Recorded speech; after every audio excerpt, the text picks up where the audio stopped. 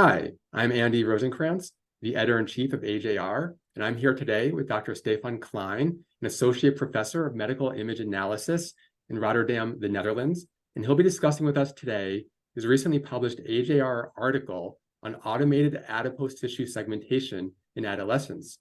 Dr. Klein, thanks so much for coming here and speaking with us. Hi, thank you for the invitation. I'm very happy to discuss this article with you. Can you give us some background about the type of research that you do? Yeah, thanks for the question. So my background, I have a technical background, and I work as a researcher in radiology and nuclear medicine here at the Erasmus Medical Center, working on the development of new medical image analysis methods in an automated way, so using the computer, and thereby we use a lot of machine learning techniques, and deep learning is one of them, in order to solve relevant problems in image analysis. And a lot of, an example of such problems is segmentation. So contouring a structure that you see in a medical image. In radiology, this is a very well-known task. And the work that we published here with AJR is actually one example of that, where we developed an automated medical image segmentation method using machine learning. Turning now to this article, what is the issue or challenge that you're addressing in the study? Yeah, so in this study, this is a collaboration with another department in the Erasmus Medical Center that's running a very large population study. It's called the Generation R, where children are followed from very young onwards. It's a longitudinal study, and as part of that, at some point, we also acquired MRI scans, whole body MRI scans, in order to study the whole anatomy in a more detailed way. And one aspect that we were especially interested in is to get measures of that quantify different aspects of body fat composition. So, and especially the around the abdominal region, this is very relevant. Maybe not necessary to explain to the audience, but it's well known that obesity is a big problem in the whole world. So we think it's relevant to study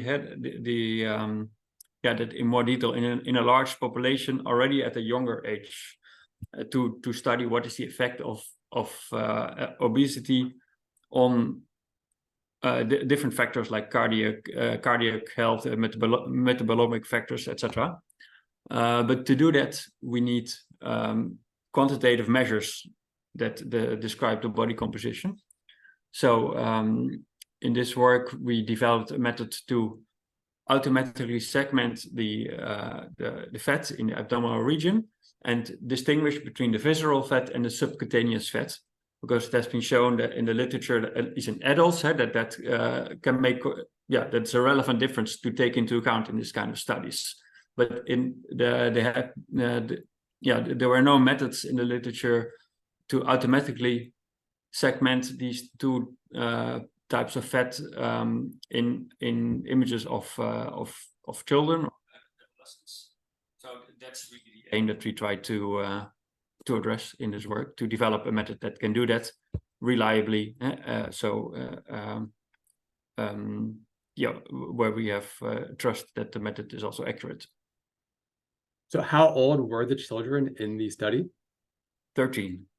Yeah, and how so they are invited earlier, follow up, and then when they become 13, they're invited for another visit to the study center, and then they're asked, okay, are you okay if we also make an MRI? And then a bit later, they are asked to come back to get the MRI. And then they get a whole body MRI according to a fixed protocol. So it's the same in all children, and so that we can really compare across children and have as little variation as possible. And after that, they also follow up to gather more information. But the data that we used in this study was at age 13. And how many total children were participating? So in the end, about so there were a bit more than like 3,500 or 3,700, if I remember well, that were willing to undergo MRI, but then for various practical logistic reasons, or like for example vagation, they in the end they didn't make it. So in the end, there were about 3,000 children who successfully underwent the MRI. So that was the data that we could use in this study. Okay. And can you tell us about the model that you then developed? Yeah, so this is actually here where the part where my own expertise comes in, where I get enthusiastic. So this was so we used a deep learning model, and we had a collaboration here with the German Center of Neurodegenerative Disease. Dr. Santiago Estrada helped us here because he had developed such a model before for an adult population for a large study in Germany. And so that was a nice starting point. So instead of starting really from scratch and developing our own model, we asked him to train his model on our data. So we prepared a small set of like 62 patients where we manually segmented. So that's really a lot of work done by the first author, Tong Wu, who in a lot of slices made manual annotations. And then those data were shared with Santiago Estrada, and he trained his methods on this data. So, and that method that's really it's a deep learning based method. So it uses a particular type of convolutional neural network that he found had to be to work the best in his previous work, and that so that he could easily retrain on our data. And then we tested that method in several stages on our data. So what did the model actually provide as its output? So as output, we get actually two masks, so indicating for every voxel in the image whether it's visceral abdominal fat or subcutaneous abdominal fat. That's it. And then from those images, you can easily derive the total volume of visceral fat and volume of subcutaneous abdominal fat. You then evaluated the model with both quantitative and qualitative measures. So let's start with the quantitative performance. What did that find? So we used the well-known dissimilarity coefficient that's used a lot in this kind of studies to compare two segmentations. So it measures the overlap between the ground truth segmentation, so the manual segmentation, the automatic segmentation. And there we got pretty high values out of the top of my heart, 85 to 95 for depending on whether it's visceral or subcutaneous fat. You can look in the paper for the exact numbers there. And besides that, we calculated the volume similarity. So to really compare these derived measures, the total volume, and then the total volume is of course a bit more forgiving. A small error here and there will average away. So, but it's a relevant measure, so that's why we also computed that. And there was then a visual qualitative assessment for under segmentation and over segmentation. Can you explain that part to us? Yeah, so this was again a lot of hard work by the first author, and also there was a second reader as well. So we selected 5. Well, first we run the method on the entire data set. Then the first author checked all of them for any gross errors, so really major visible errors. But there were only 5 of them where that was the case. And then we made a random selection of 504, I believe, 504 cases where we did a more detailed visual inspection and rating each subject on over, like whether it was over segmentation or under segmentation. And well, we defined like a semi-quantitative score for that, ranging from 0 to 3, to indicate like it's excellent, nothing, it's all perfect, to satisfactory, but and to like really actually unsatisfactory. It's a bit subjective, of course, but we also since we had two raters, we could also calculate the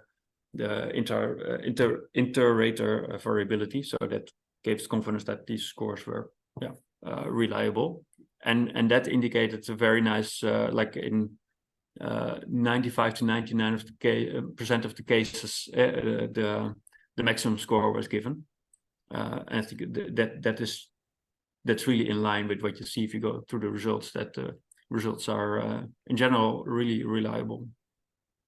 Great. And finally, you did a case study where you associated the body composition measures with DEXA and BMI. What did that find? That was a kind of nice like first example. Okay, so what can you do with this kind of with this method, right? So we calculated in all the data. So we ran the method. We have the segmentations and the volumes for visceral and subcutaneous fat, and then in this study we computed some correlations with other often used measures of body composition, BMI, of course, also, and then a number of measures derived from DEXA imaging. And well, as you expect, you find that there's most of them are correlated because they're trying to measure similar things, but for sure not 100%. So you also see that okay, there's actually there might be complementary information in these measures. So that I think it did not result in any breakthrough new findings, but rather confirmed what you would hope to find here, that you find similar relations as in adults, not exactly the same. So that also shows that is worth to look at, to zoom in on this kind of younger populations and see whether the more interesting research findings, so correlating these kind of measures with or like more functional measures, for example, of lung function or activity, whether they are different in younger people than in older people, for example.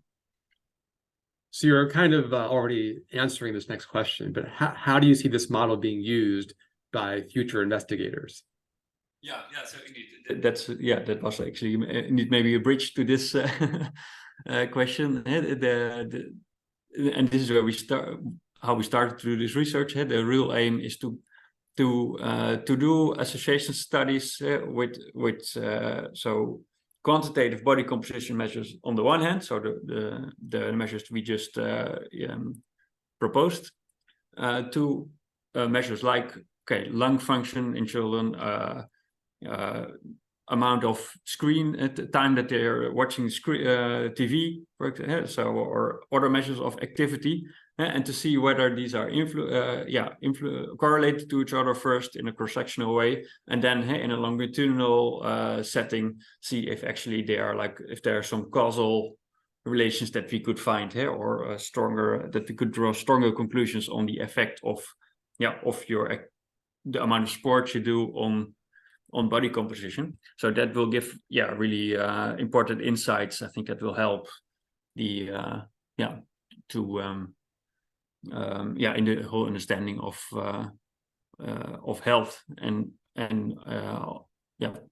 this kind of important research questions. And that's what we are already working on. So in the same generation R study, a lot of this data is collected. So we are now working on a number of articles where we try to do such analysis in a thorough statistical analysis. So this is more again a collaboration with the Department of Epidemiology, where they're experienced in this kind of studies. So working on those papers and hoping that we will soon publish those as well. Any key limitations to mention? Well, it's important to mention, so we trained and tested the method all in data from the generation R, and as I mentioned in the beginning, all these images were acquired with the same protocol on the same scanner, actually the same MRI scanner. So we released this model, but so people are welcome to try it on their own data, but always keep in mind that there might be differences in scan settings. So I think when you use this method in your own study, it's always good to do a small validation study, a bit like we did here, to confirm that the method works on your own data. And this could be a possible direction of work, that we evaluate this method on data from multiple scanners, for example. Or at different ages. So now we're only focused on 13. So it would be nice to also consider different ages and validate if the current model works well, and if not, maybe retrain it or fine tune it a bit for new data. I think that's the main limitation to keep in mind.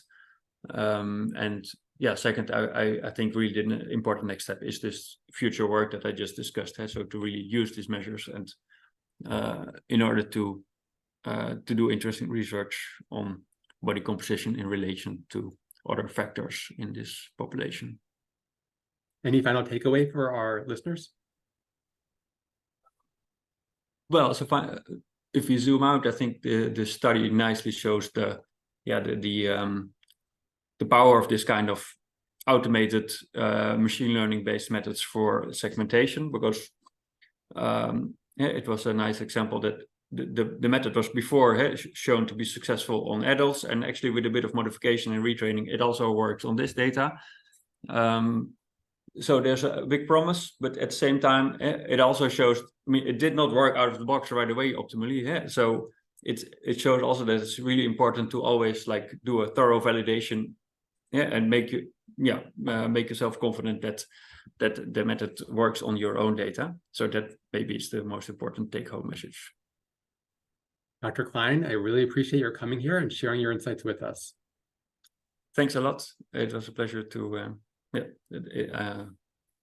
this interview, and I want to express my gratitude for publishing work in the AJR.